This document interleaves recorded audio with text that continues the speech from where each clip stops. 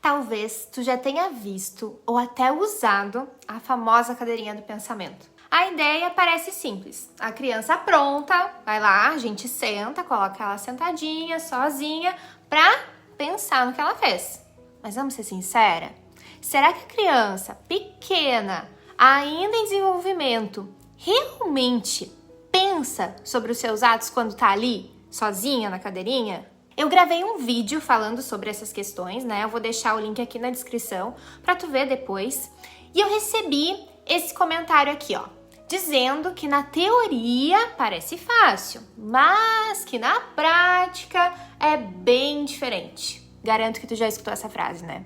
Depois, dá uma olhadinha no que eu respondi pra essa prof.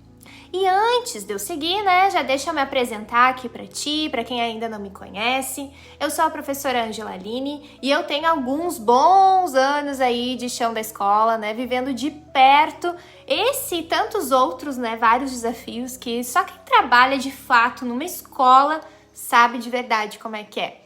E é dessa experiência, né, desse chão da escola, junto também com o meu percurso como pesquisadora e formadora na área de educação inclusiva e desenvolvimento infantil, que eu falo contigo aqui no canal.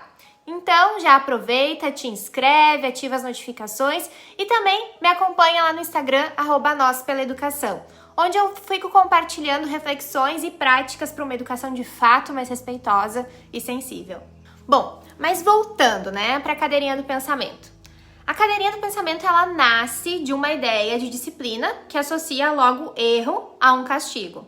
O raciocínio, ele é como, olha, se eu isolo a criança, ela vai refletir e mudar o comportamento. Parece prático, né? Só que na infância, principalmente nos primeiros anos, o cérebro da criança, ele ainda está amadurecendo, né? Ele não tem controle das emoções e o entendimento das consequências, causa e consequência, a capacidade de refletir sobre si mesmo, ela está em construção, né? Então, quando a gente isola a criança, na prática, de verdade, verdadeira, a gente não está ensinando nada. A gente está apenas pedindo para que ela faça sozinha um trabalho que ela ainda não tem ferramenta de fato para executar.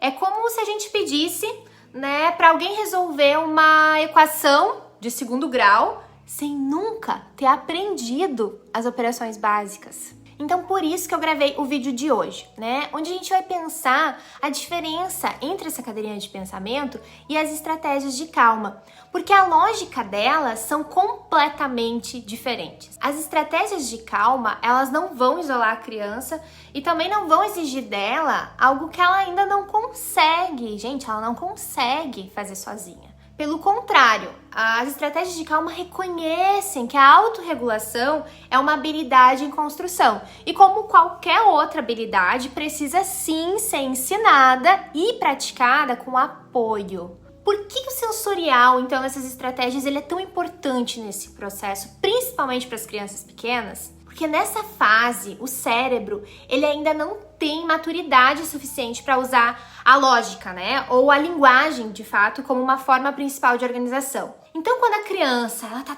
tomada, ela tá desorganizada por uma emoção forte, quer seja raiva, quer seja frustração, medo, o corpo da criança é que vai falar primeiro. Então, o coração vai disparar, a respiração vai ficar curta, os músculos vão se tensionar, ela vai empurrar, porque o cérebro racional, aquele que vai organizar o pensamento, ele simplesmente vai se desligar por alguns instantes nessa situação.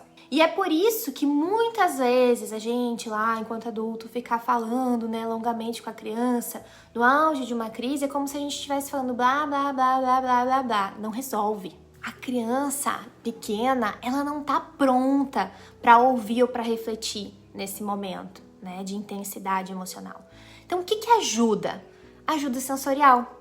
Então, o corpo precisa de experiência concreta para voltar ao equilíbrio. Pode ser brincar com uma bolinha de borracha, sabe? Apertar massinha, sentir a textura de um objeto, se balançar, né, numa bola grande, se esconder dentro de uma cabana, sentir o peso de uma coberta pesada no seu corpo. Tudo isso que eu falei aqui são possibilidades, né, de recursos para tu construir um cantinho da calma na tua sala.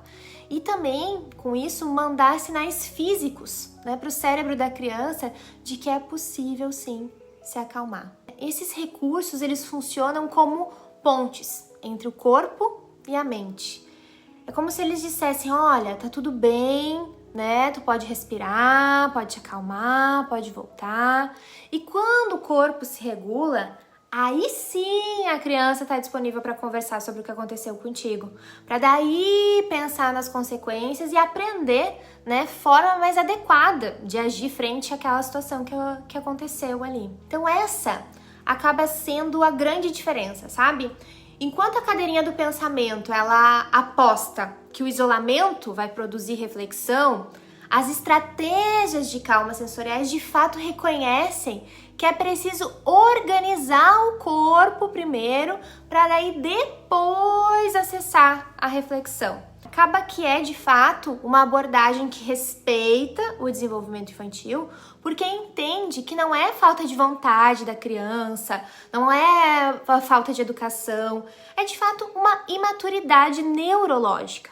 E se o adulto oferece ferramenta sensorial, ele está ensinando a criança a construir pouco a pouco, obviamente, né, a sua própria caixa de recursos internos para lidar com as emoções. E aqui, vou só fazer um parênteses, né? Que o cantinho da calma aí na tua sala, ele não é para ser usado apenas quando os conflitos acontecem, né?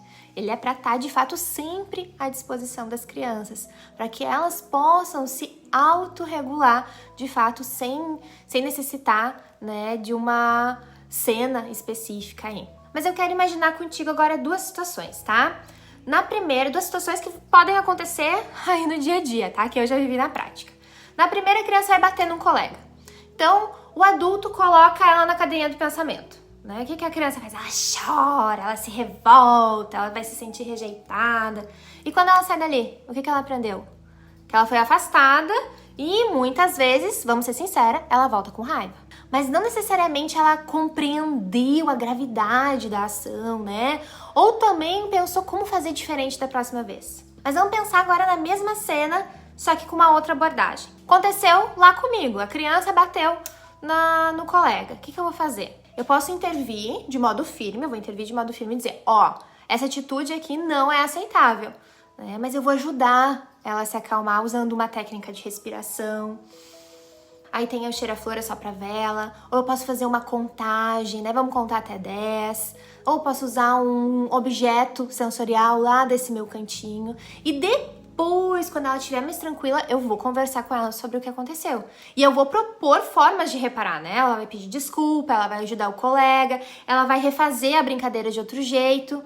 Tu percebe que aqui sim, nessa mediação, houve de fato uma aprendizagem ética e emocional? E essa é uma diferença fundamental, tá? A cadeirinha do pensamento, ela foca na punição.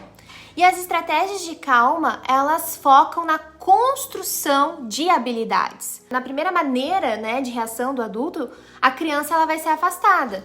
Já na segunda, ela vai ser acolhida e ensinada, né? E a grande pergunta que a gente precisa se fazer é: o que a gente quer ensinar de verdade para as nossas crianças? Que quando elas errarem, isso vai gerar um isolamento, uma punição, ou que quando ela errar, ela pode sim contar com um adulto que encara a situação com maturidade, né? E que vai ajudar ela a ter uma oportunidade de aprender a conviver e se autorregular.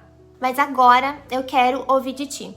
Me conta aqui nos comentários, na tua escola ou até na tua casa, né? Tu já viu ou usou a cadeirinha do pensamento? Tu já tinha pensado nas estratégias de calma? Que resultados tu percebeu usando elas? Conta aqui nos comentários, porque compartilhar a experiência ajuda também a gente a pensar juntas, né? Sobre práticas mais humanas, eficazes de fato.